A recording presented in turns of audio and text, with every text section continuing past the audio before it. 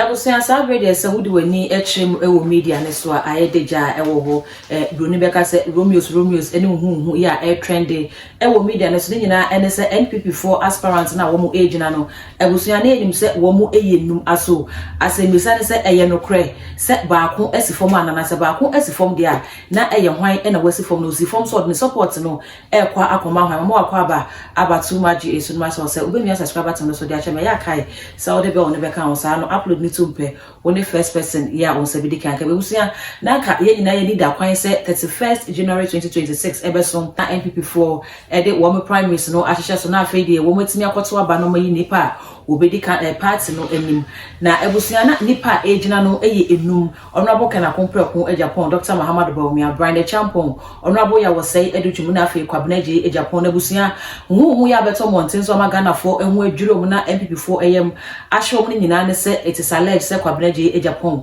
wasifom why na adwene say wonko biom na wonko biom so a ne support no hwan e na wode kwa akoma no onua FM so no pay omomoni show no enom this breaking news eto dwebusia ma yenko tie nipa Kwabena Agyapong na adwene say wasifom no wode ne support no ekwa akoma no ewo NPP fom na yeba ebe de akye nkomo edi kan ne say ehu pa yetete say owura Kwabena Agyapong was stepping down from the NPP race yetete atija na was stepping down no we be declare the support amobi okwahin e kan beba mu no wura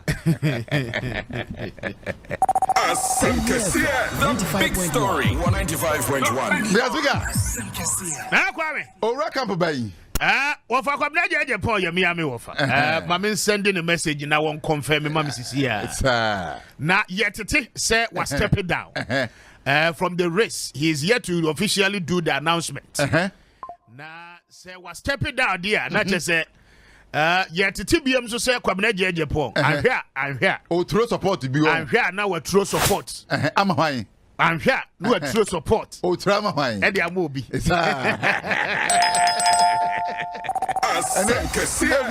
Big story 195.1 Honorable Kwabena Agyapong semre yin ne yetete ne say was step down say race no onko biem ayentete ne yetete ne ade na momo efina we fi mu no so no on fi mu kura obazan so I campaign na oya this time you no ngwa no be o through the support ne dia mobi na oni nipa no agba apro kama pa na ntia yetete no ehu to ne send that akwa say baby aye through support na kono edi ni sese edi ni ya se ana benim so officially no yes obetro bibi na confirm ni a John crowd on a personal level ma sending a message okay, good wono ankasa nso ebehwe na wa get it back yeah but that is what we are hearing on social media and so Edi dem wo baby yes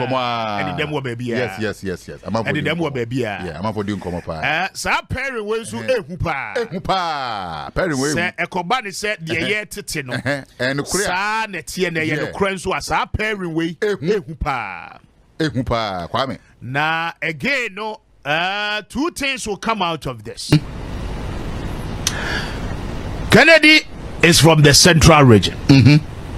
Kwabena Agyapong is from the Ashanti region. Right? Two of them will make a better pair. Yeah. Kwabena will be best for a running mate slot. Obesan so are best for the position of a chief of staff. Wonderful.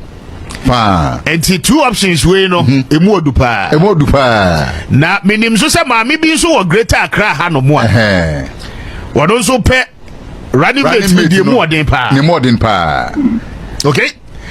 Many will say, Sama Mino. Nanka, it is alleged, say, or Dr. Bawumia camp. But as a campaign, you go so I question that we could resist our conversation, no? Dr. Bawumia camp. Na oko resi ye no amfa. Amafo anyina ntumu ho. Womo anyina ntumu to be the choice of a running mate. And say the boys no good in China there. Enti amfa sa no. But we are told say Andre hun social media so say engineer Kwabena Agyapong e pulling out of the race and the support ama honorable Kennedy Agyapong. Wadaroma sa asem no emu no correct saying obani But as I said, my friend, and I pay, can want to subay a woman and see how will it and was asking me. Did TM1 say, no quality any, no quality any. Sebisa ba nka central fo mona nipa edikan e betwa ma mse ebia se ni senti se na esi but me ka magana fo nyina ati se no kware bia nim ni enim ba bia sa atoro no wode namu se ekanya ye se he suban bia aba wi mo a ya nhwa ye fiwa e ba hawe 2014 a oracle Tamalia onya accident. Saa no kokan ho se o wanya accident ni nsem abu ontimi ntro nti waatwe ne ho afim. Okoya ne nsada haman kamu okoma ne sase otamali. Eno na manfo hu se saa atro no wotwato ne so. Nti woto aba man ni bum bum bum. Ebia na rekoi. Opani no kwari bia nim. Ayi fidai ye call so manya ene aburi. Memory that your quest a market and Raya Home, and there you are who boy in your Richard Central region. Greater Accra, a care BNB womb, a Blakuma Central, and now Carpway South. Yow that you be here for you. It's the Opia or Bacacho say, ye, Kwabena Agyapong as in Mudiano, opening and yan quarry. Now you name Yentia. Or no one what they want any reason to say, work him, opening and yan quarry.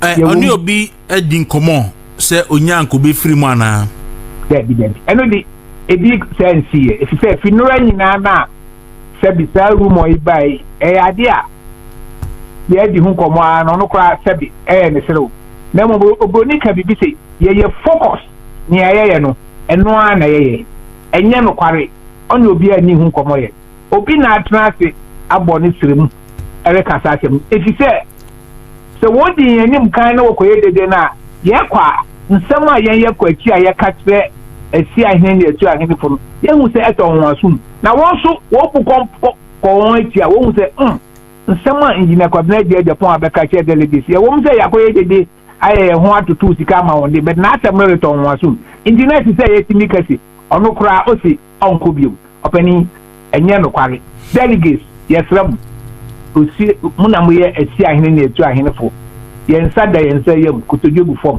pribia mutibia nya no kware owom monto abama no ebise ye hwe okandini a obedi party na ni magoje tumi amaye ta ye ndi ye kasi obia awo party ni mu fata se obeye flag bearer nemu yemu ba ahene betumi de tumi na amaye eno nti na ye bo apro a yegusu ye adwumai obi ka che o se wafi mu a enye no kware enzebusia enhwemu no yakwa koti abana asembisa ne se aso sa dina yese ya onobo Kwabena Agyapong esi eyade a ebeboa na anase eyade a emmoa no ebi kire se eyefi so no wakare no mu se race no hye ase enye ne naso okobi a enye ade a wonya entise wobesan yakwa ha no makwa campaign na wonya de ene sa wasan de support ko mu obi na nipa ko no ewini na woba na omane yesa be bo boy kwa wa ban mu eno fa so be ba so chen se obekwa ko dinkugo na afi ba betene fia wonya hwe emfanye bi so kwa kire se sa move we be yesa na se next time bi ekoba na se abato fufuro bi twiniti na wokoko gine mu a ye mfa ne serious bi se ye hwe